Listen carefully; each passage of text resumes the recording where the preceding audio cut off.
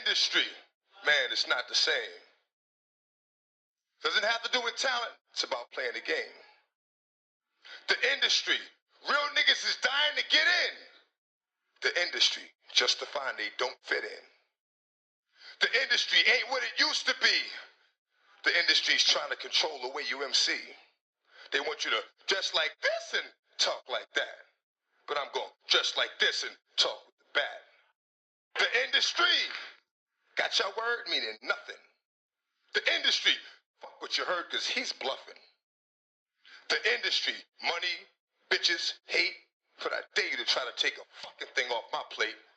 The industry like, wait, but in the streets we like, get 'em. 17 up in that thing, catch 'em sleeping and hit 'em. The industry, if you ain't got a strong mind, the industry will break you down, it's a matter of time. The industry, vultures with nothing to feast on. See me, I'm getting my beast on. The industry, stay in the dirt, play in the dirt, test the wrong one in the industry and you will get hurt. I'm not an industry artist, I'm an artist in the industry. So I do what the fuck I want because nobody can finish me. The industry, wanted, dead or alive, new artists to sell their souls in the way they survive. The industry don't give a fuck about you, but the industry couldn't make a dime without you.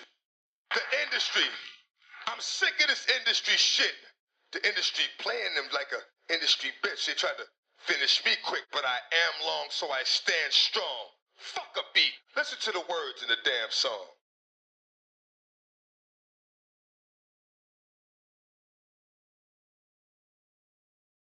I've been having these thoughts, and we're just waiting in line to wake up.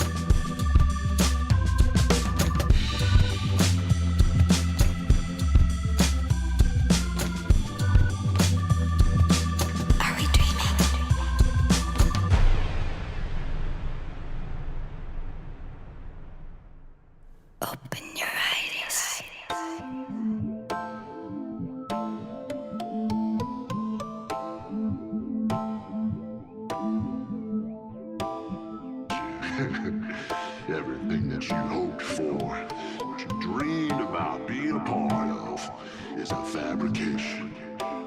Your art. Your culture is the shell of other men's ambitions. Ambitions beyond what you will ever understand.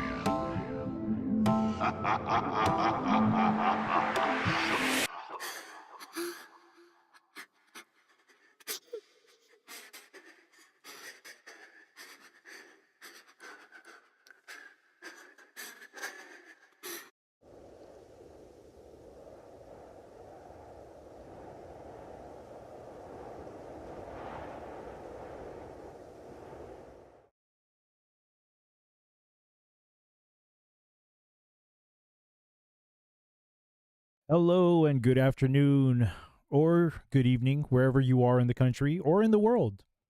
Maybe it could be morning, I don't know. Nonetheless, welcome to another episode of Go Back to Sleep. Before we get started, let me go ahead and go to our random read of the day. But before we go there, let me take you guys over here to the fire. God's glorious fire, which surrounds us and protects us from all evil. Very beautiful and very soothing. So tonight's random read, or today's random read rather, comes from the book of 1 Samuel, chapter 3, from verse 1 through verse 9, a call from the Lord. And the child Samuel ministered unto the Lord before Eli, and the word of the Lord was precious in those days. There was no open vision, and it came to pass at that time, when Eli was laid down in his place, and his eyes began to wax dim, that he could not see. And ere the lamp of God went out in the temple of the Lord, where the ark of God was, and Samuel was laid down to sleep, that the Lord called Samuel, and he answered, Here I am. And he ran unto Eli, and said, Here I am, for thou calledst me? And he said, I called not. Lie down again. And he went and lay down. And the Lord called yet again, Samuel. And Samuel arose and went to Eli and said, Here I am, for thou didst call me. And he answered, I called not, my son. Lie down again. Now Samuel did not yet know the Lord, neither was the word of the Lord yet revealed unto him. And the Lord called Samuel again the third time. And he rose and went to Eli and said, Here am I, for thou didst call me. And Eli perceived that the Lord had called the child. Therefore Eli said unto Samuel, Go, lie down, and it shall be, if he call thee, that thou shalt say, Speak, Lord, for thy servant heareth. So Samuel went and lay down in his place. Once again, this random read comes from the first book of Samuel, chapter 3, from verse 1 through 9, a call from the Lord. It's a beautiful read. It really is. Pretty significant because sometimes we're called upon, and many a times, especially if you're really not in relation with God, you may not know it, but sometimes he will call you. Whether you're in relationship with him or not, he will call you. So that's kind of how I take that read right there. All right, so let me go ahead and introduce my guest that I have here every week. Java, are you there, brother? How's it going? Oh man, it is going well. It is going well. I'm a bit tired, but hey, we're here, and we got a very, very good one today, don't we? Oh, this one's gonna be. It's gonna be fun. Quite excellent. Yeah, I think this one's gonna be fun. Let me get the Zoom here for the peeps to see us. Bam! There you go. There you go. What's up? So I know we talked a little bit about what was going on, but other than the stuff that you told me, how's your week been? Been pretty fast paced. Gathering all the stuff to start putting in a garden and some raised beds and all that. That is nice. It's cool. Well, when you say fast paced, you're in California, man. That's just life in California. That's true. Fast paced. It's one of the reasons why I left California. It was too fast paced for me, man. I felt that I was aging very, very fast. That's probably why I started getting gray hair in my 20s. Oh man, yeah, California kind of does that to you. I mean, it has its pluses, but I don't know. Living there for about 18 years. Yeah, 18 years living there in California for 18 years. But for a total of 20 because I was born there too and kind of stayed there a little bit. I don't know, man. I couldn't live there anymore. I just couldn't. You know, I was raised well, in. I wouldn't. Except I was needed. No, I totally get that. And I'm not trying to talk down on that, but I'm just saying that for me, like, I think I've had enough. I've had enough just living there. Yeah, and moving here it was kind of a culture shock for me because living here in Texas is very slow paced. People are very genuine here for most part, I would say. I only say for most part because I live in the Austin area, so there's still kind of that big city vibe, I guess you can say. But for most part, people here are very genuine, and like people will just talk to you just to talk to you, not because there's something nefarious going on. And that's something that I had to get used to. Especially Oh yeah, like in Austin, I used to talk to people in line at the grocery store and everything. yeah, I had to kind of get used to that, just casual conversations like that, because there's two things going for me. I was from California, and then I was a cop. So, automatically I'm on defense mode every time somebody wants to just talk to me. Like, there's something really going on here besides the conversation. But no, people here are very personable, and it allows me to put my guard down a little bit. I'll never have my guard down fully, only because I've been trained to keep my guard up. But I can honestly say that a lot of people here are very nice, and they're more than willing to help when you need it. That's another thing that I've noticed here too. That, man, when you need help, they'll offer their help to you, not like over there where they just kind of ignore you. And I'm Right. yeah.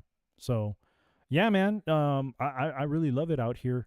I'm it's kind of sad to see you go over there, but I know you were needed over there. So, Yeah, and when I brought the rain, like they've been in a drought here for years. And as soon as I moved here, it's been raining the whole time. I can't believe it. Yeah, you guys are getting snow over there too, which is it's not a normal weather pattern over there, especially for Southern California.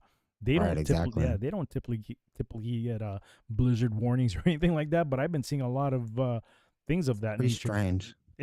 Well, come on. I'll take it though. I'm not complaining about it. You actually think it's strange? Come on.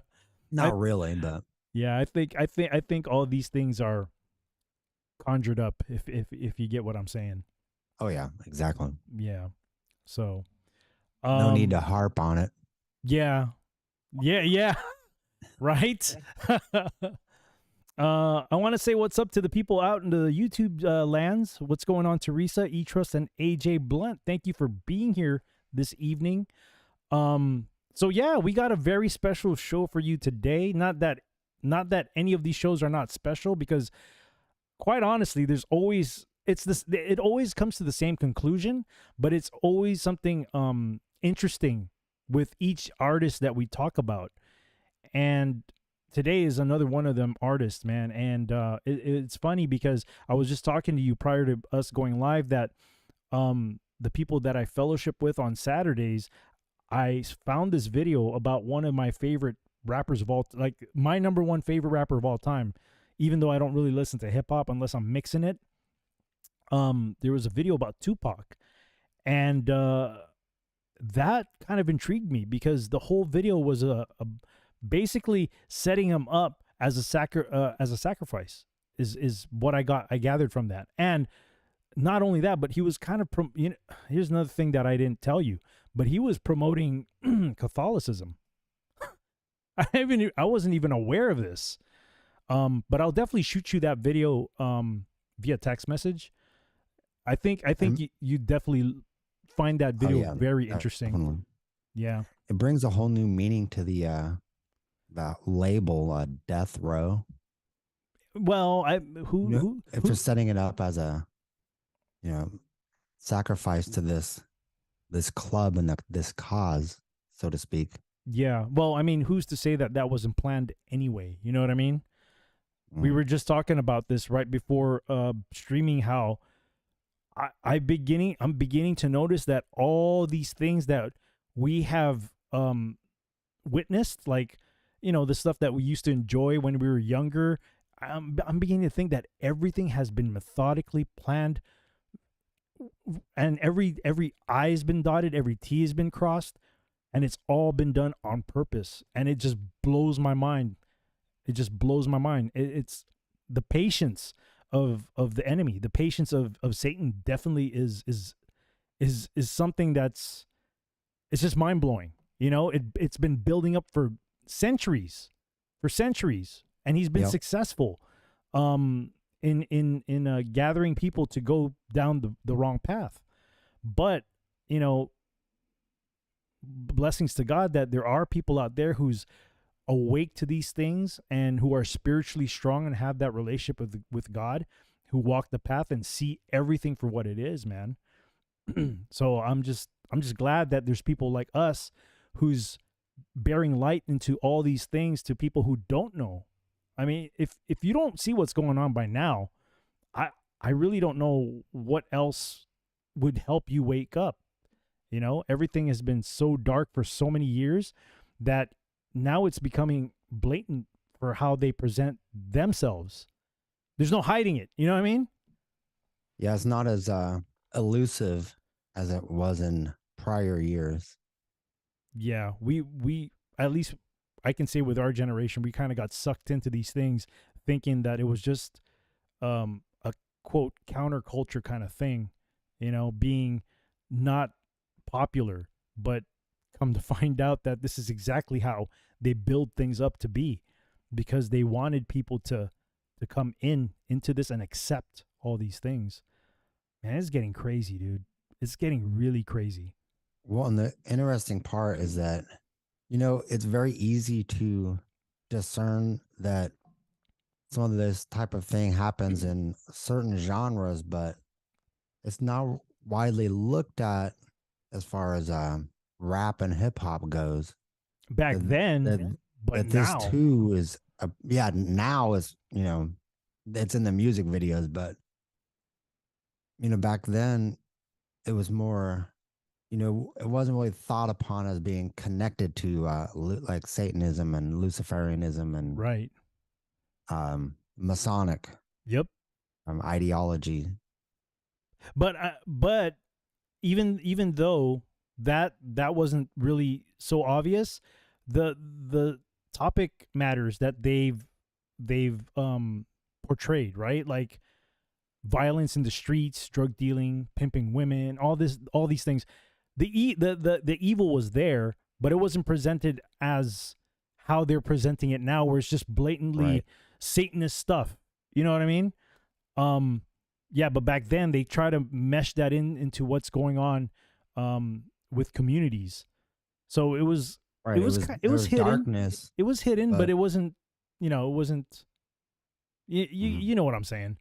It was attributed towards street life, so to speak, instead Yes. of towards where it really roots from. Yep. So yeah, we got a good one today. We got a good one today, and I don't know, man. That the choice kind of popped up. I was juggling between talking about a good one and talking about this one. So I said, you know what, this is an obvious one, so let's just go with this one because it's probably easier. But maybe on the next pick that I have, I'll pick the other one because I really want to do this other song by another group. I really want to do this this one dig with a group. It's actually an alternative rock band, and the song I think is one of those songs that it's an uplifting song, but we'll talk about that when that time comes. But for today, man, we got a big one today, and the pattern. If you notice the pattern of how this person's career went, I mean, this guy was straight off the streets. He got into some big case where he was like, he came out freshly as a new artist, and he just blew up. And then he got into this case where he was potentially going to be done. Like, the walls were actually closing in on him. But for some odd reason, he got away from that, and then he continued his music career and worked with another artist, and kind of like they were kind of like competing, weren't they? Because they were both huge at the time. And then the other artist that he worked with dies, and all of a sudden he skyrockets like big time. He skyrockets, and even to this day, his name is still known, not only from our generation but with younger generations as well. So let's go ahead and get to who we're talking about. You guys are probably wondering, who's this fool talking about? Let me go here to the... Before I do that, let me share it with you first, because I know I'll forget if I don't share it with you first. You know what's interesting about this artist is that growing up where I grew up about an hour and a half away from his whole scenario. Say that again. You grew up. I grew up like an hour and a half away from from his whole thing, his whole scene, his whole town, and everything. Long Beach. Yep. So today we're talking about Snoop Doggy Dogg. Actually, this album was a great album. The Doggy Style, probably one of the. I wouldn't say one of the. It definitely changed the direction of how hip hop went. This album, man, implemented G-Funk, and I fell in love with G-Funk first because of Dr. Dre with his the Chronic album. That was a game changer, man. Like, I looked at hip hop like, wow, I really like the way this sounds, the way that G-Funk sounds. And if you guys don't know what G-Funk is, it's gangster rap mixed in with funk music. It's like a funky feeling. You can definitely tell it's a West Coast type of artist when they have that funk feel to it. And yeah, and for me growing up out west, I was like, oh, Rod, this is the California style of hip hop, you know? Yep. I like G-Funk, but oh yeah, I mean, I couldn't listen to it like I used to now, because I know, I kind of know the content of how, it's all built up to be to kind of lure people into accepting evil and stuff. But when I was listening to hip hop, man, G-Funk was like my favorite type of rap. And you can tell the difference with East Coast and West Coast rap, because with East Coast rap, it was kind of dirty sounding, with jazz. Yeah, they started using jazz for sure. Yeah, it was more jazzy and kind of dirty. When I say dirty, I don't mean like filthy. I mean like you can tell that the drum beats were kind of muffled a little bit. Not like, I don't know. It's hard for me to describe it. Let's just say that you kind of, it just feels kind of like muffled a little bit. The drum beats do. As opposed to the West Coast beats would always throw in a lot of 808s, which is a different kind of sound to it. Anyhow, let's go ahead and get this whole thing started. We'll just do our 2-paragraph thing, and we'll switch hit on it. So this biography comes from allmusic.com, written by, again, Stephen Thomas Erlewine.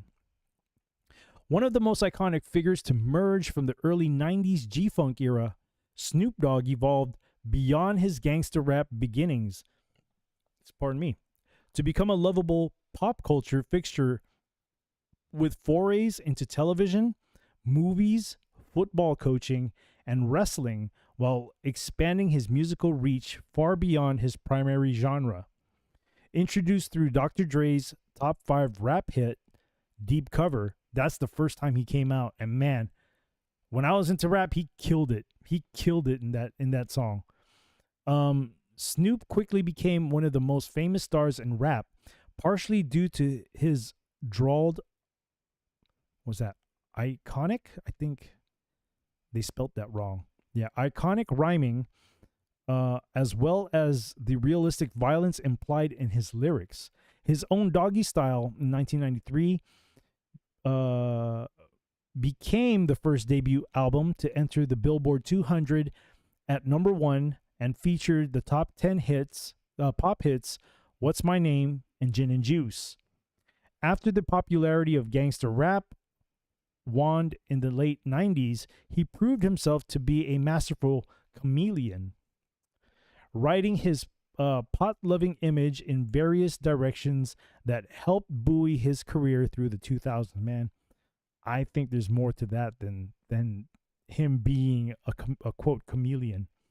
His biggest hits as a lead artist during the first decade of the 21st century included Beautiful, 2003, and the chart-topping Drop It Like It's Hot, 2004, and he was also featured on a slew of major hits by fellow rappers, R&B crooners, and pop groups alike. The 2010s saw him as branch out into reggae. That's when he called himself Lion, right? 2013's Reincarnated, House as a DJ, and Gospel, 2018's Bible of Love. But he has remained hip-hop at his core, releasing projects in the 2020s such as look at this, man, The Algorithm, really, in 2021, his first album as executive creator consultant for Def Jam, and Botter, 2022, which marked a return to Death Row Records, his first label home. It's interesting how he bought that record label. Nicknamed Snoop by his mother because of his appearance, Calvin Broadus was raised in Long Beach, California, where he frequently had trouble with the law. Not long after his high school graduation, he was arrested for possession of cocaine, beginning a period of 3 years when he was often imprisoned. He found escape from a life of crime through music. Snoop began recording homemade tapes with his friends Warren G. Another great producer, man. He's a very underrated producer who happened to be the stepmother of NWA's Dr. Dre. Warren G gave a tape to Dre, who was considerably impressed with Snoop's style and began collaborating with the rapper. I used to love the DOC. That was my favorite. Oh, yes, that's another that Dre was associated with. But unfortunately, he had that accident, like his throat. Yep. Yeah, but now I hear that he's having he's rapping again from what I heard. Oh wow. Yeah. Right. When Dre decided to make his tentative first stab at a solo career in '92 with the theme song for the film Deep Cover, he had Snoop rap with him. Deep Cover started a buzz about Snoop that escalated into full-fledged mania when Dre released his own debut album, The Chronic, on Death Row Records in late 1992. Snoop rapped on The Chronic as much as Dre, and his drawled vocals were as important to the record's success as its P-Funk-inspired bass grooves. Dre's singles, Nothing But a G Thing and Dre Day, which prominently featured Snoop, became top 10 pop crossover hits in the spring of '93, setting the stage for Snoop's much-anticipated debut album, Doggy Style. While he was recording the album with Dre in August, Snoop was arrested in connection with the drive-by shooting death of Philip Waldemarian. According to the charges, the rapper's bodyguard, McKinley Lee, shot Waldemarian as Snoop drove the vehicle. The rapper claimed it was self-defense, alleging that the victim was stalking Snoop. Following a performance at the MTV Music Awards in September '93, he turned himself over to authorities. After many delays, Doggy Style was finally released on Death Row in November of '93, and it became the first debut album to enter the charts at number 1. Despite reviews that claimed the album was a carbon copy of The Chronic, the top 10 singles What's My Name and Gin and Juice kept Doggy Style at the top of the charts during early '94, as did the considerable controversy over Snoop's arrest and his lyrics, which were considered exceedingly violent and sexist. During an English tour in the spring of '94, tabloids and a Tory minister pleaded for the government to kick the rapper out of the country, largely based on his arrest. Snoop exploited his impending trial by shooting a short film based on the Doggy Style song Murder Was the Case, and releasing an accompanying soundtrack which debuted at number 1 in '94. By that time, Doggy Style had gone quadruple platinum. That's huge, man. That is really huge. That's huge, man. That is huge. But then, like I said earlier, that The Chronic, that album was a game changer to the rap culture. Yeah. That was such a game changer, man. Snoop spent much of 1995 preparing for the case, which finally went to trial late in the year. In February 1996, he was cleared of all charges and began working on his second album, this time without Dre as producer. Nevertheless, when The Dogfather was finally released in November 1996, it bore all the evidence of a Dre-produced G-Funk record.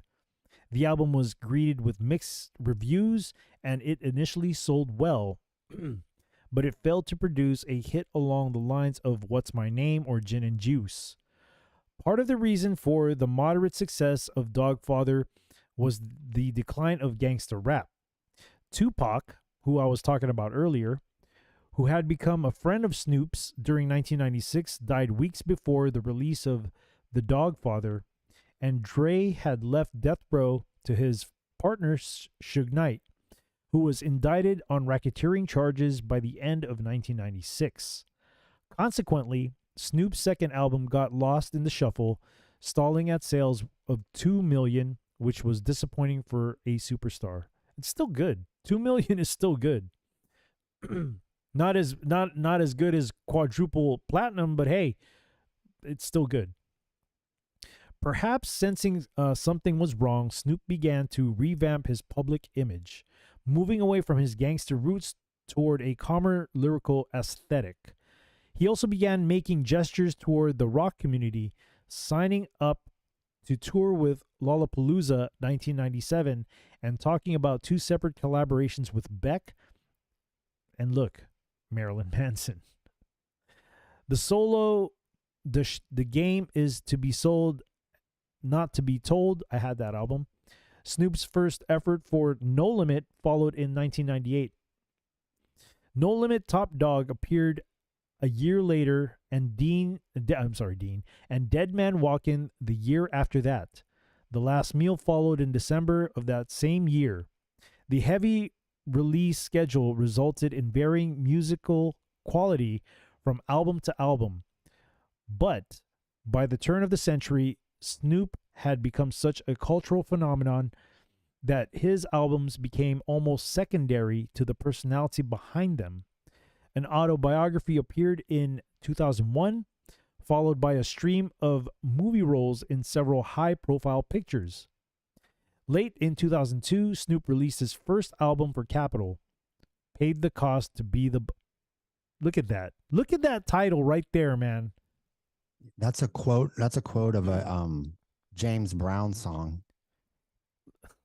for this movie soundtrack. It was a movie soundtrack that James Brown did that was all about this gangster, basically. I mean, the clues are there already. Yep. Yeah, exactly. The clues are there already. He then switched to Geffen for 2004's R&G Rhythm and Gangsta, The Masterpiece. The hit album spawned Snoop's first #1 single, the Pharrell Williams produced Drop It Like It's Hot, as well as the hit signs with Justin Timberlake and Charlie Wilson. R&G was followed a year later by Welcome to the Church, the album, a collection of tracks from the Welcome to the Church mixtape series. That same year, he hosted a West Coast Peace Summit in hopes of squashing all beefs.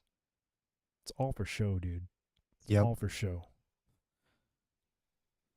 In 2006, he appeared on the Dog Pound's Cali is Active and Ice Cube's Laugh Now, Cry Later. Toward the end of the year, the intentionally leaked My People's freestyle appeared. The track paid tribute to many of those involved in Cali's Latin rap community, so it was no big surprise when Vato with Cypress Hill's Be Real became his next album's lead-off single. The hard and very G-Funk, the blue carpet treatment triumphantly capped off a year of heavy West Coast activity. In late 2007, he recruited 2 hip-hop veterans, New Jack Swing legend Teddy Riley and West Coast hero DJ Quick. That's my #2. And formed the production team QDT Music. The team oversaw Snoop's 2008 album Ego Trippin', which included the single Sensual Seduction. 2009, he issued Malice in Wonderland, the maiden release of a new alliance with the reactivated Priority label, which also signed him on as its creative chairman. He promoted the album a couple months prior to its street date when he hosted the live wrestling television broadcast WWE Raw. A year later, the CD-DVD set More Malice rounded up some odds and ends from the album and packaged them with a DVD featuring the Malice in Wonderland short film. He maintained his mainstream image with a star appearance on Katy Perry's California Girls, nabbing Snoop his third #1 on the Billboard Hot 100. Oh, it took that long. 2011, he released Documentary, an album he considered the sequel to his classic debut. The record featured production from the likes of Swiss Beats, DJ Khalil, and Scott Storch, with guest artists including Kanye West, John Legend, Wiz Khalifa, and Willie Nelson. Also arriving that same year was a feature film with Khalifa, Mac, plus Devin Go to High School, along with its accompanying soundtrack. After a 2012 trip to Jamaica, Snoop Dogg returned, rechristened as Snoop Lion. Rechristened? Is that even a word? And with the help of producer... Christened. Oh, rechristened. And with the help of producer Diplo, he released his first all-reggae album, Reincarnated, on RCA in 2013. Another name change came later in the... Dude, this guy. He's like Puff Daddy. Puff Daddy, P. Diddy can't make up his mind what he wants to be called. Yeah. But then, I think there's a spiritual thing going on with multi-personalities as well. Another change came later in the year when he became Snoopzilla and joined modern funkster Damn Funk for the project album 7 Days of Funk.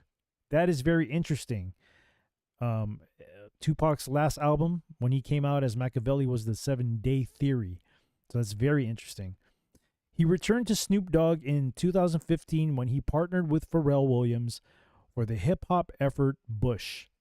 The album included the single Peaches and Cream and featured guest appearances from Stevie Wonder, Justin Timberlake. Oh, look at this lineup. Robin Thicke and Charlie Wilson. Kool-Aid, a back-to-basics effort for which Swiss Beats served as executive producer, was released in 2016. That same year, Snoop teamed up with Martha Stewart. Man, there's got to be something going on between them two. For VH1's Martha and Snoop's Potluck Dinner Party, a variety show that featured bits with guest actors and performances by hip-hop musical guests. The show aired into 2017, the same year that Snoop issued the simultaneously nostalgic and In the Moment Never Left, which referenced classics by Biz Markie and A Tribe Called Quest. So when he tried to go reggae, he was pretty much immediately excommunicated from the all the Rastafarians threw a big fit about it, and Bunny Wailer vied for him to be basically excommunicated from the Rastafarians. Really? Oh, is it because of his ties with I'm not really familiar. Mostly with because he wasn't really actually serious about being spiritual. He was using it as an image thing, and he was kind of defaming their whole intentions and stuff. Okay, that makes sense. That's why in the middle that's why it only lasted like a few months, and then he changed his name to Snoopzilla, because they were like, nope, you can't use Snoop Lion anymore. You're not Rasta. For his 16th set, Snoop once again changed course, this time dipping into the gospel world for 2018 Snoop Dogg Presents Bible of Love. The collection featured guests from both the gospel and hip-hop worlds, topping the Billboard Gospel Albums chart upon release. Man, I have qualms about the gospel music industry as well, man. Big time. That's the perfect place where Satan would definitely hide out. Well, that's one of the goals. One of Satan's goals is to To infiltrate get to through the church through the church's music. Yep. A year later, Snoop returned to the streets for his 17th album, I Want to Thank Me, a nostalgic set that celebrates his legacy while asserting his enduring place in contemporary hip hop. In addition to guests YG and Slick Rick, the LP also included an appearance by the late Nate Dogg. In 2020, while locked down in quarantine due to the global threat of you know what, Snoop released the restless single, I Want to Go Outside. Hey, man, nobody said that you couldn't go outside. Go outside. Lame. Setting his feelings of housebound frustration and concerns for the world's health to a funky, old-school instrumental. Swaggering CEO appeared in the early 2021 on From the Streets to the Suites, a brief set which included appearances by Mozzie, Devin the Dude, and Larry June, and was released on April 20th. Snoop was hired as Def Jam's executive creative consultant in June. What is that? What do they do? What does that person do? I don't know. They approve projects, I guess. Okay. And his first album with the label The Algorithm. That's very interesting. It's very interesting. It shows the change in cultures right now, especially with everything that's going on with AI, and it's just it's weird. Exactly. Appeared in November. The sprawling set included guests such as Usher, Benny the Butcher, Mary J. Blige, Too Short, and dozens of others. Snoop offered yet another album only 4 months later. The February 2022 release of Bodder, short for Back on Death Row, coincided with Snoop acquiring the trademark rights to the label that issued his first 2 albums. All right. So that's a little bio on Snoop Dogg there. I think there was a few things here that I wanted to share. I know I have some pictures here that I do want to share. So let's take a look at some photos here. Okay, so I was trying to look up. The obvious signs, of course, is hold on. The obvious of this thing is the pictures here that, of course, he's like, for example, like this picture right here. Let me blow this up. Oh yeah. You see the sixes there and the stars. It's obvious stuff, right? Also, oops. Jeez. What else do we have here? You got the Masonic floors here. Oh yeah, big time. There's the Masonic floors. Okay. Let's see what else here. Okay. This is something I wanted to hold on. Let's look for more obvious pictures here first. Okay, you see more Masonic flooring here. Okay, this is where I wanted to get to right They're here. showing like the Masonic handshake right here up there with the game. Nas and, oh yeah, right here. Here you go. No, that's Nas and Jay-Z. That's Nas and Jay-Z. yeah. Okay, so this is where I wanted to get to right here. Okay, you may not think that this is anything. Is that from the Super Bowl? Yeah. Yep. When it was yeah. I think this was a couple years ago. Okay, so this is something that I wanted to get to because this is in the gang culture. As far as like the Bloods and Crips goes, the design of paisley, right? This is very, very common with gangsters, Bloods or Crips, with their bandanas. But if you look more deep into it, if you look more into the paisley design, this is actually a Freemason design. You see a lot of Masonic things going on here. And let me show you the Masonic paisley design here. So here's an apron of paisley design. If you see closely, you see the compass and square, right? Oh, yeah. There. Mm-hmm. And then when you go here, because they have these tadpole-looking designs here, if you look closely into it, you see it again. Oh, wow. And this is very popular with the gang culture, man. You see these designs that they wear all the time. And it's very easy to kind of like not see them. Here's another paisley design. Look at that. Look at all that. It's easy to hide those. laden. Yeah. It's very easy to hide these things. But these designs are in the bandanas that the Crips and the Bloods wear. Let me see if I can find more here. Let's see here. See? You see the compass and square over there? Inside the tadpole-looking design? They're all over the place, dude. And it just blows away. Like, people don't notice it. People don't notice it. And that's it's a very popular thing in the gang culture, what they wear. Here's another one. See all these all these Masonic symbols, man, all hidden in plain view for people to miss.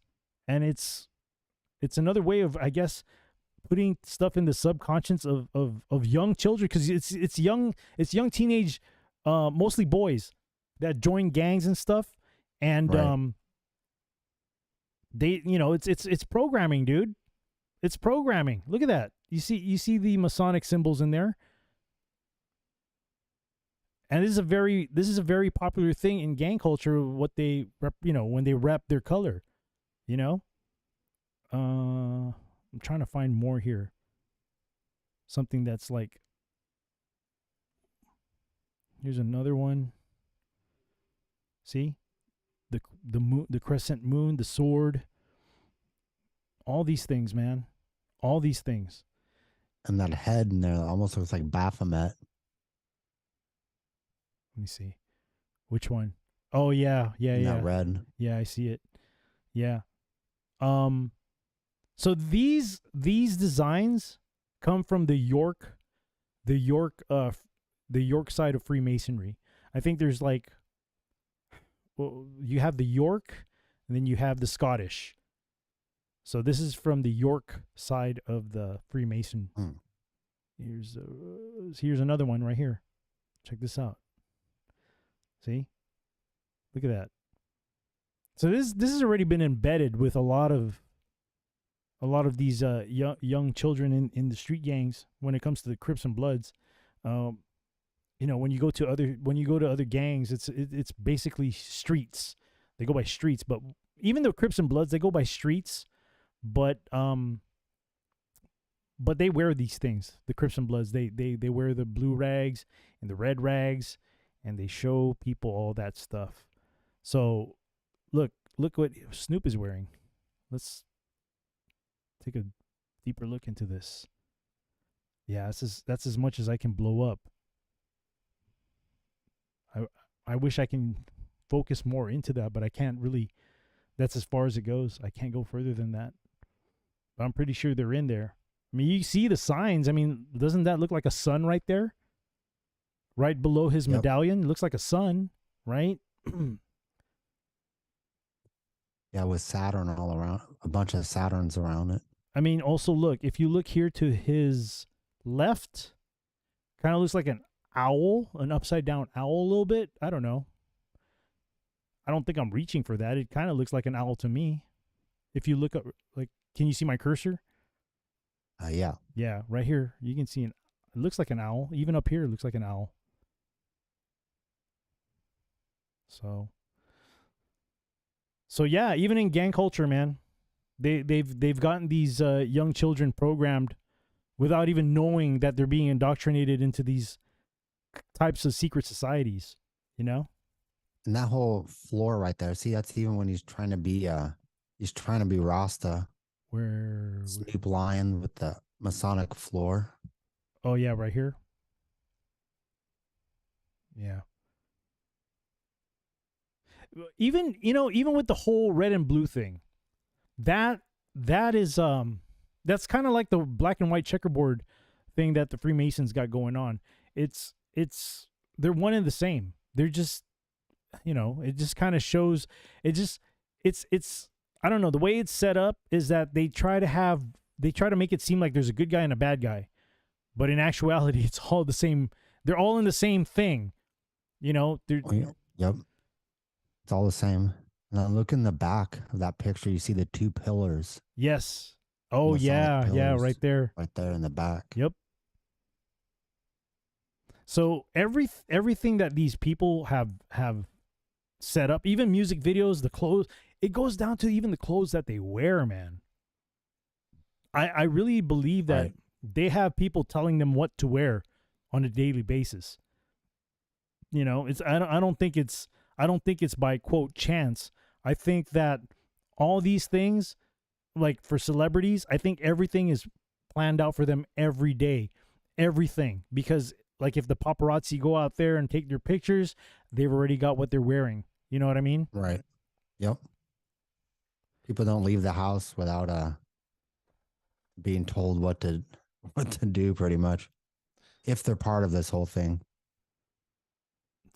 Let's see what else we can find here with Snoop and the connection with the devil.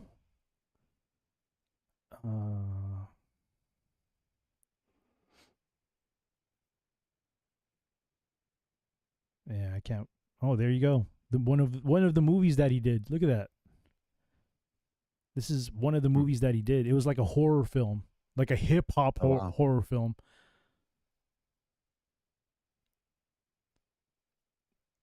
Let's see what else we have here.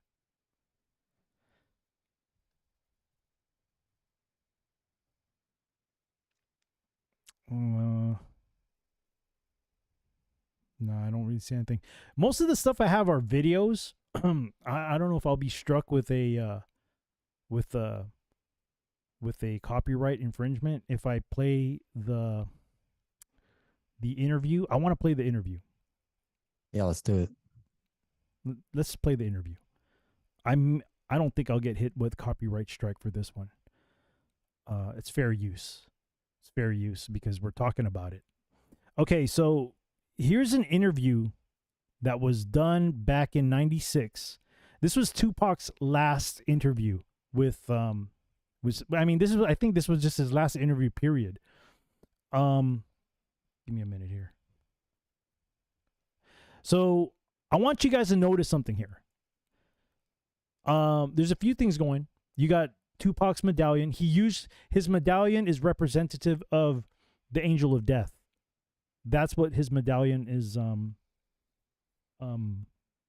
that he's wearing. I don't want you to pay attention to Tupac in this interview. I want you to pay attention to Snoop Dogg's body language. And mind you, Tupac was killed 3 days after this interview. And this was 3 days? Just 3 days after the interview. He was gunned down in Vegas 3 days after the interview. Mind you. Well, it's interesting he's wearing that medallion then. Well, he's worn that medallion for a long time. Like I think when his fame started getting, when he started getting more popular, especially after his rape case, I think he started sporting that medallion. But nonetheless, I don't want people to pay attention to Tupac. I want you to pay attention to Snoop Dogg, because it seems to me that he knows something. Okay? I mean, Snoop was already big at this time, but after Tupac had gone, after he passed, Snoop Dogg became he became bigger than ever.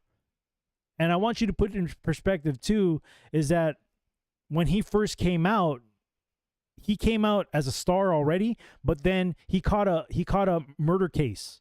He caught a murder case, and it didn't look good for him at all. It looked like he was going to go to prison for life.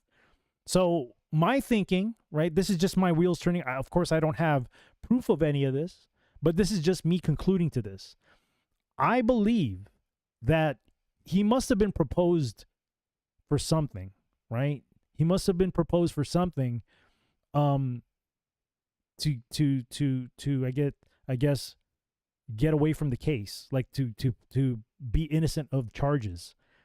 So I think he paid. Right. I think he paid in blood for not only his fortune and fame, but also to promote what these people want him to promote. So take a look at. He made a deal. He made a deal. Absolutely, that's what I think. I mean, there's no doubt that I think that he absolutely did, and I think he definitely was behind what happened to Tupac. I mean, I'll let the video explain itself. Just watch the body language of Snoop. Okay, let's play this. Go ahead and put yourself on mute, Java. Cool. No, I'm straight. I can share with dogs. I'm straight. That's my do that shit nasty like a motherfucker. You try to get a bungee jump. I just wanted to clear my throat.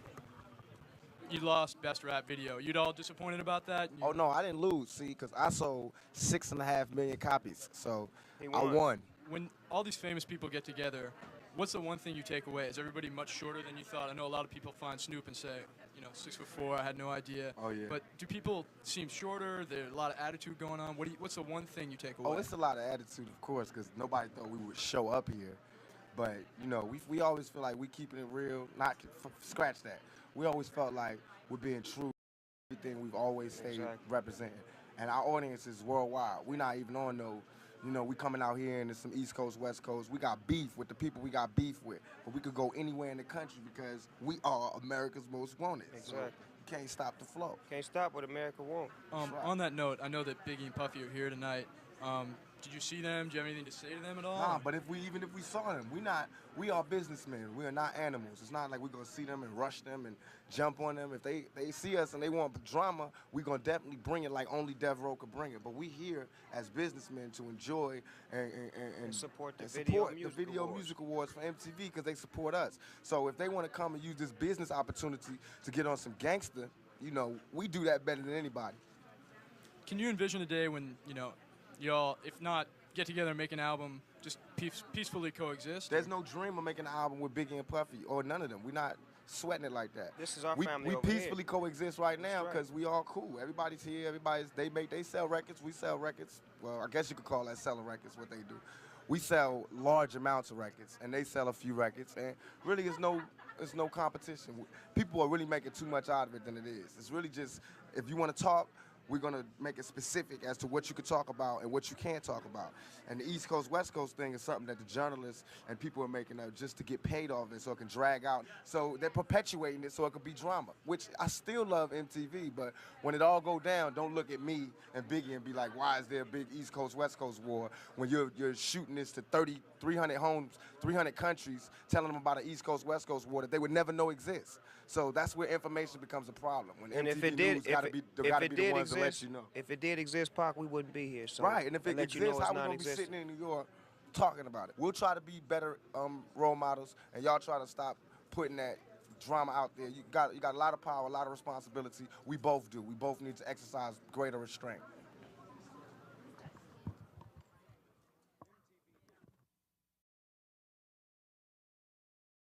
All right, so the reason why I played that video, Java, are you there?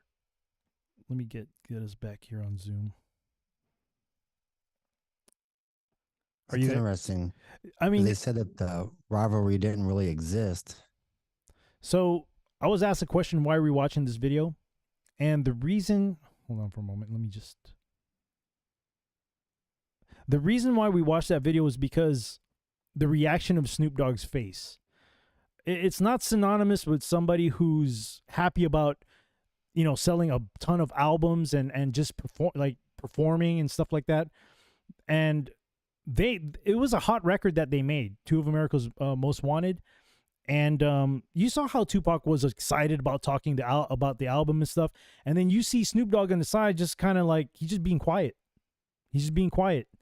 And we're looking at the body language of Snoop, because 3 days after that interview, Tupac was shot and killed. And that's not normal. You know, that's not normal. For the way Tupac reacted was very normal. He's very chatty, right? Bragging about the album, bragging about these things. On the other hand, Snoop was just being quiet. He just nothing. No emotion, nothing. I mean, like he was lost in thought about the whole thing. Mm-hmm. For them to say that the beef didn't really exist, and then makes it really suspicious that he if it didn't really exist, you know, and then he still died. It's like, maybe he, you know, was he sacrificed? I wouldn't even say maybe.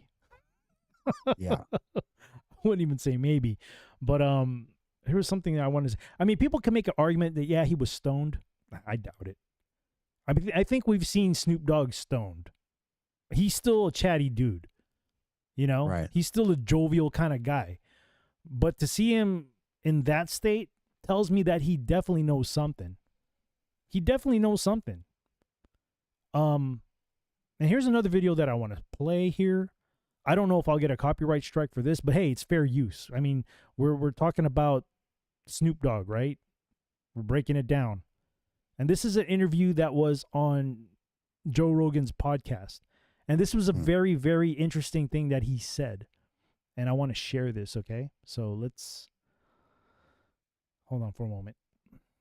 I just thought that it's a snippet. I'm just going to play a snippet of it. Let me go ahead and share this with you first. All right. Let me go here to the YouTubes.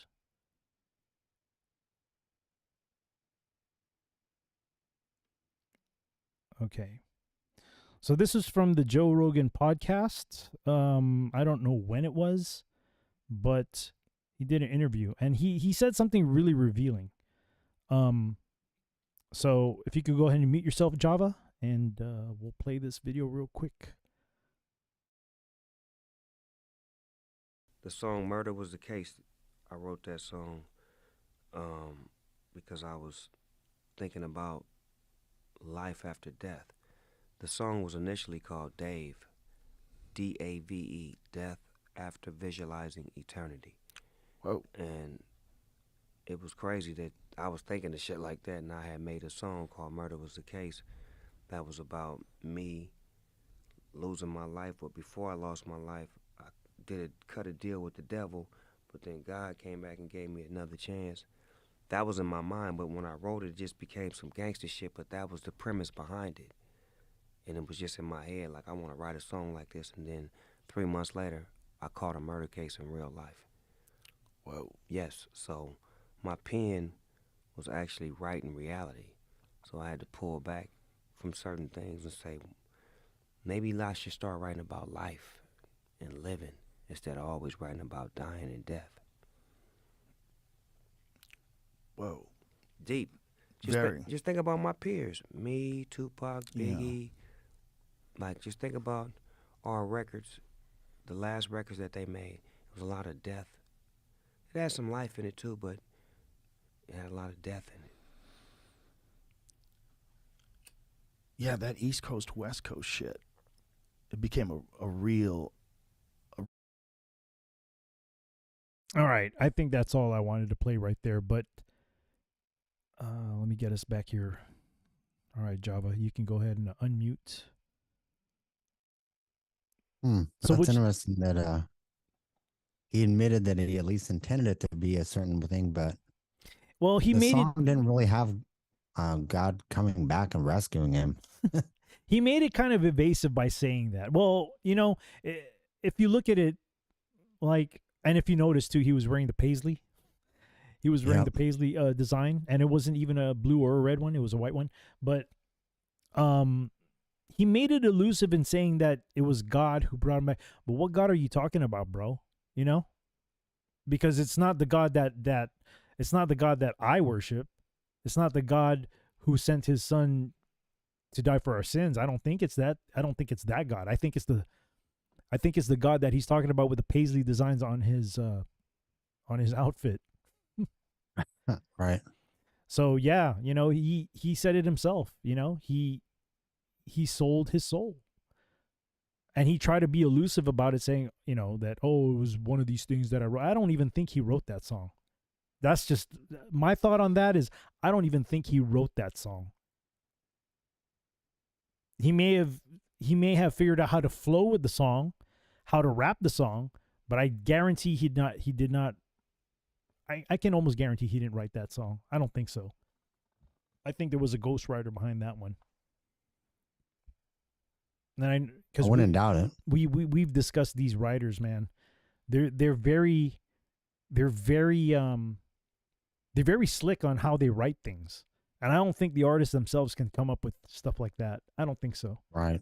They're good presenters, but when it comes to the actual writing of things, I mean, they could be. They could be, but something like Murder Was the Case, which is what we're going to be talking about today, yeah, I don't think so. I just don't think so. I'm not sold on it. Let's just put it that way. I'm not sold on it.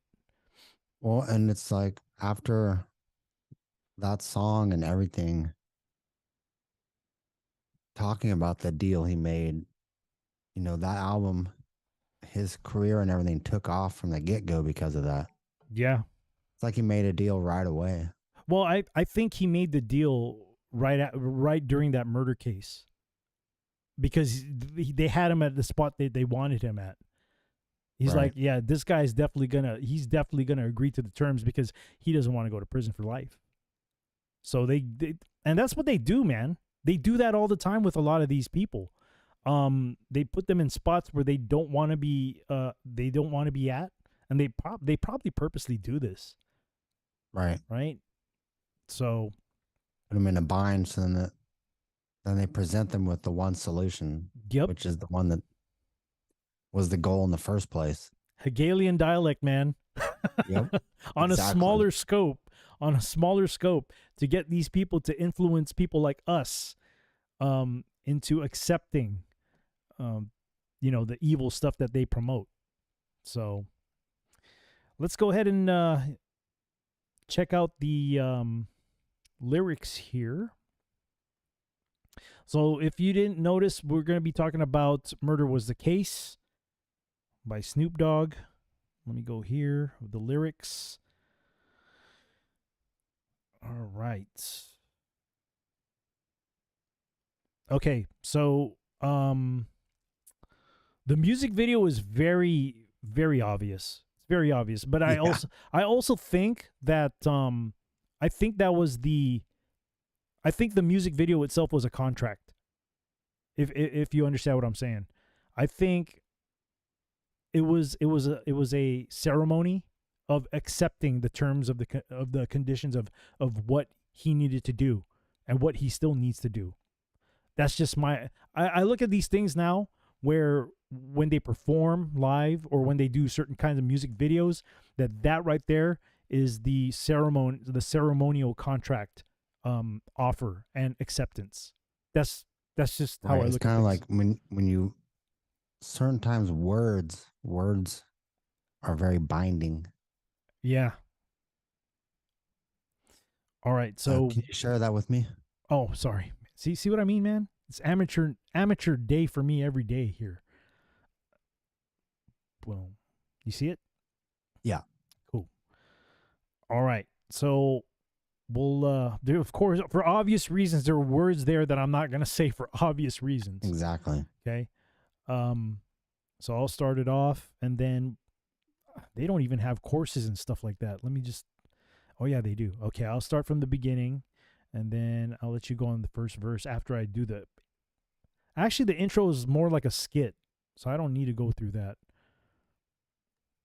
Let's go, okay.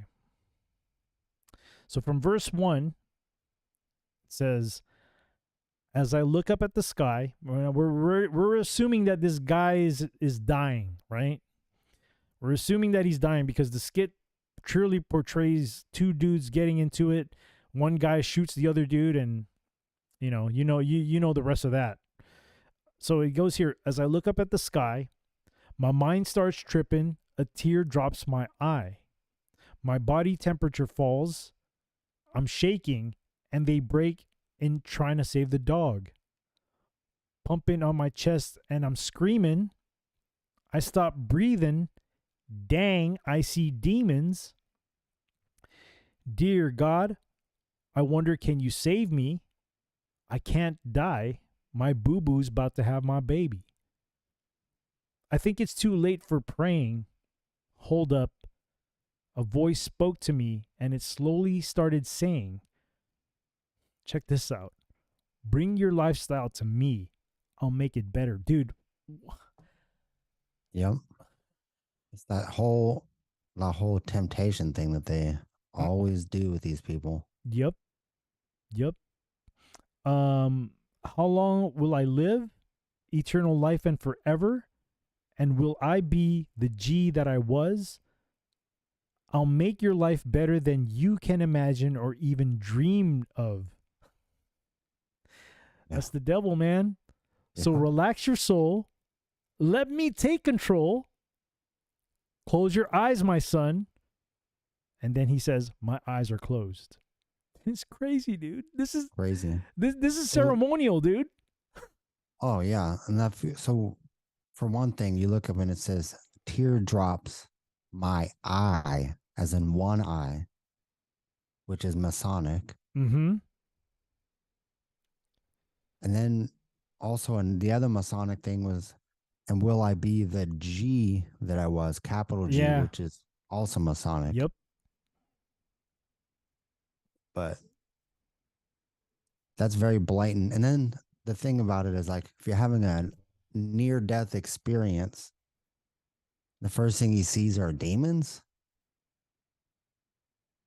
Probably. Well, I would assume because of his life, because of the life that he led as a gangster, right? I don't think you would. Maybe you would. Maybe you would see God, but I don't think you'd see him in a way where maybe that's your absolute last chance to repent of sin. But yeah, that is kind of strange that he sees the devil first. And then he just gives up on praying altogether. Yeah, and then automatically says, "Yeah, take my soul." Yeah, and it's like his complete soul. Like, relax your soul and let me take control. Mm-hmm. Promising him eternal life, of course. It's crazy. It is. The video is even more crazier, man. Yeah, the video is pretty wild. And it just is straight. It's straight up. Straight obvious. Straight just slipped in the middle of an album. This is song number 8 or something. I'm not sure. On his premiere album. So the hook is just repeating itself where it says murder was the case that they gave me. All right. Verse 2 is to you, my friend. I'm fresh up out of my coma. I got my mama and my daddy and my homies in my corner. It's going to take a miracle, they say, for me to walk again and talk again. But anyway, I got fronted some keys, which I think is a drug reference, to get back on my feet. And everything that said came to reality, which meaning Satan right there. Mm-hmm. Everything Satan said came to reality because he made the deal. Right. Like a baller loke. See, he's admitting right here that he's got all these riches and everything after he made that deal. Yep. Having money and blowing hella chronic smoke. I bought my mama a Benz, bought my boo-boo a Jag, and now I'm rolling in a 9 Trezay Eldorado. Then Satan comes in again. Just remember who changed your mind. Changing his mind, meaning helping him give up on praying and stuff, and then going for the other side. Because when you start set tripping, that ass is mine. Meaning if you start questioning or giving up on the deal, I'm taking you. Boom. Yeah. So he's kind of like bound into this deal Yep. that he made. Indeed, agreed, proceed to smoke weed. Never have a want, never have a need. They say I'm greedy, but I still want more. Of course he does, because that's how is that exact type of personality that gets roped into this. Yep. Because my eyes want to journey some more. Ready to check it out. So what do you mean by his eyes want to journey some more? So I got this issue right here with the 9 Trize Eldorado. I mean, in street terms, you're talking about a 93 Eldorado, right? But check this out. Yeah. You flip them 9s upside down. What do they turn to? Oh, it's a 999. Oh yeah, 3 6s. Yep. So that's another thing right there that was that just popped into my eyes as soon as you were reading that. But it's interesting. This whole verse is totally saying like what he gets out of making a deal with Satan, basically.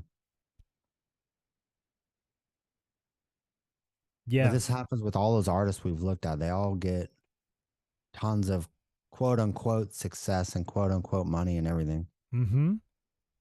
But this is what they want. This is exactly what they want. Some of them may start to regret stuff later on down the line, but it's too late. I mean, it's, in actuality, it's never too late. But the what makes it too late for them is because they're so used to the lifestyle that they live that they don't want to give it up. At some point, these materialistic things are not going to matter. It's actually the materialistic things that are killing you. You know what I mean? They're like the chains holding us back. Yeah, you're bounded to that. You're bounded to it because it's something that you want to be a part of. I've always said that, man. You have to live more in the spirit as opposed to more in the flesh. And when you're living in the flesh, this is exactly what you're bounding yourself to. These materialistic stuff, money, fame, all these things, man. There's no peace in this. To be honest, there's really no peace in it, man. No. And this is why I really think that to be one of these influencers on certain sections of society, that these artists like Snoop, for example, plus all these artists we've looked at, they're like profiled. It's a certain psychological makeup of people that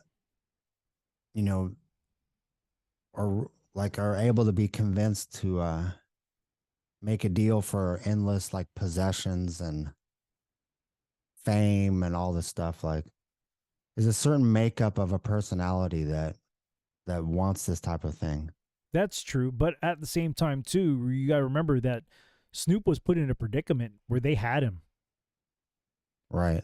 That's also a possibility too, that he can get bailed out into whatever he stepped into.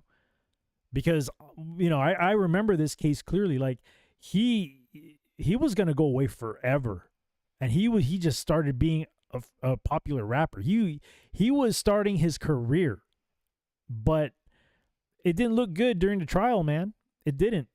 But I guarantee you, now looking back, now that I know what I know, how the music industry kind of works with people, they definitely gave him. They probably proposed something to him, say, "Hey, look, this is probably gonna make more advantage of you than us, but this is what you got to do for us."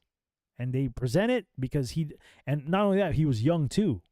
He was young. So of course he's going to take something like that and say yes to it.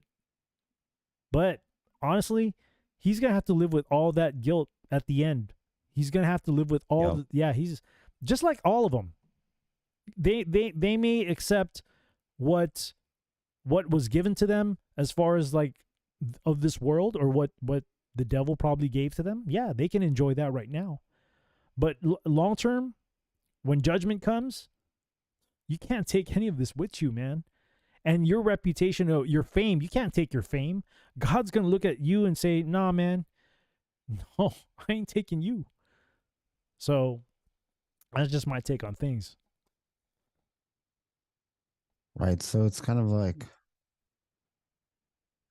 well, a lot the people that seem to be more into and obsessed with money and possessions and stuff don't have a deep foundation in anything else. No spiritual foundation. That is They true. try to fill that void with material things. That is true. And he probably came from a very poor family as well.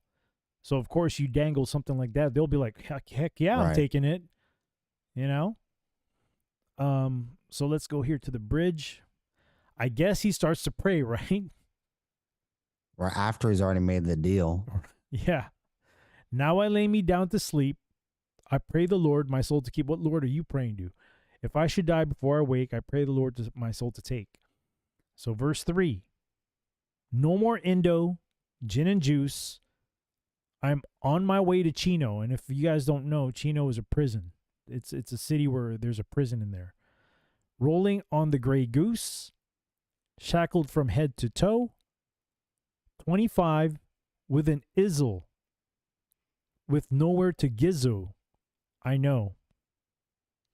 Them ends from the other side recognize my face because it's the OG DOGG LBC. You know, that probably be a interesting thing to decode. All the numbers? Well, the OG the DOGG LBC. I wonder what that could be a symbol of, because they always run with symbolism, so that could probably be something there, but I don't think we have the time to decode that. Anyhow, let me keep on reading here. Mad Doggin ends, because I don't care. Red jumpsuit with 2 braids in my hair. Okay, so for those of you who don't know what the red jumpsuits are, they're prison jumpsuits, and they're for a higher level of inmate. Just so you know. They send me to a level 3 yard. That's where I stay. Late night I hear toothbrushes scraping on the floor. Ends getting they shanks just in case the war pops off. Because you can't tell what's next. My little homie, Baby Boo, took a pencil in his neck. And he probably won't make it to see 22. I put that on my mama. I'm a ride for you, Baby Boo. And it just goes down. Why is he putting that on his mom? Kind of weird. I don't know. That could be a symbol for something too. I really don't know though. So there are the lyrics for that song. You got anything on the third verse that caught your eye? No, that is pretty much straight. Like the wrapping up, like the just consequences of what's going to happen to him. Yeah, but that's probably like pre prison. Yeah. Cool. All right. Let me go here and see what's going on in the chats real quick. Want to say hello to Gypsies. Thank you for being here. On the YouTube end, Rosie Chica, hello.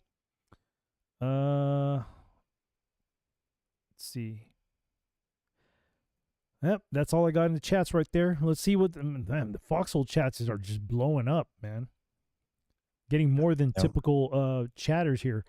Mr. Head, good evening. Thank you for being here.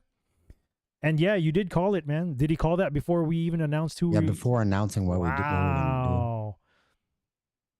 Cool. Yep. So, hey, Mr. Head, would you like a free Bible, a free KJV? Because I do have a contest, and if you called it out, I'd love to send you a KJV, man. Let me know. DM me, and just DM me, and then if you want a Bible, I'll send it out to you, man. You definitely won it. You earned it. Let me see what else is here. Boneless Chicken, what's going on, brother? Sign of a Broken Society, Tupac hosting Jokers Wild.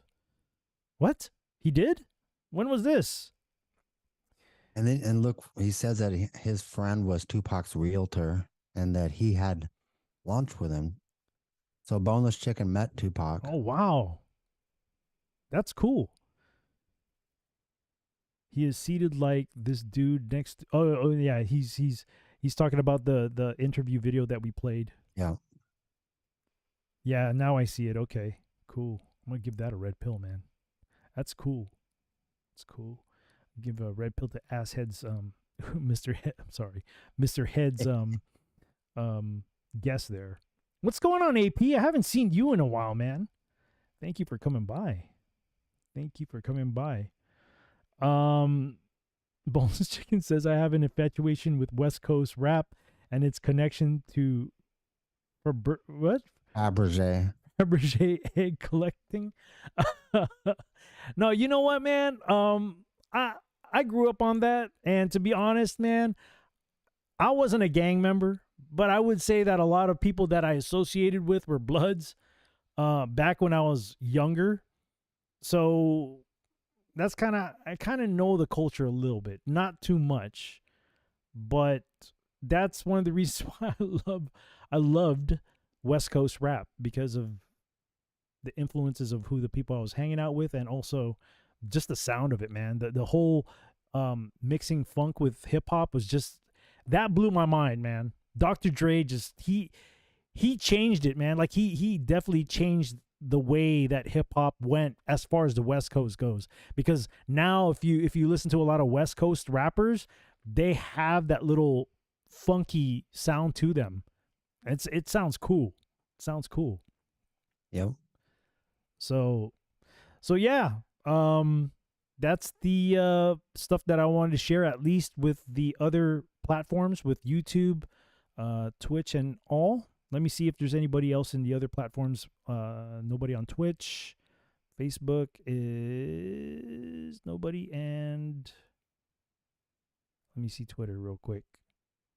Okay, so before I kill the streams for the other platforms other than the Foxhole and Twitch, is there anything that you want to promote or let people know out there on the other platforms about what you got on going? the other platforms, you can check out my podcast, 4 minutes and 20 seconds.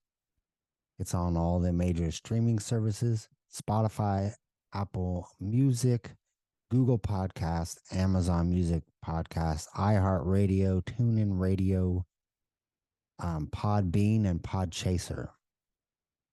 Well, there it is, peeps. There it is. And for you guys on the YouTube lands, if there's anybody out there, here's the link tree if you want to come by to the other platforms on Pilled or Foxhole or Twitch. Let me just drop my link tree here real quick. My link tree. You're more than welcome to come by to watch the video. There's also another video that I want to share, but I don't want to get copyright strikes for the other video. It kind of shows Snoop Dogg as a Mason. Oh yeah, yeah. So I think I've seen that. I want to definitely share that video. So I'll be back again tomorrow for fellowship for those of you in the YouTube lands. If you want to come by, I don't know the time yet because only because the schedule can't be consistent. I don't have a consistent work schedule. So as soon as I get that pat down, then I can give a consistent schedule when I'll be on. But I'll be on tomorrow for sure for fellowship. If you want to come by, I thank you guys, and I hope you guys have a blessed rest of the week. And we will see you guys as far as the YouTube lands go. We'll see you again tomorrow night, and hopefully you guys come by for the fellowship. So thank you guys, and God bless. See ya.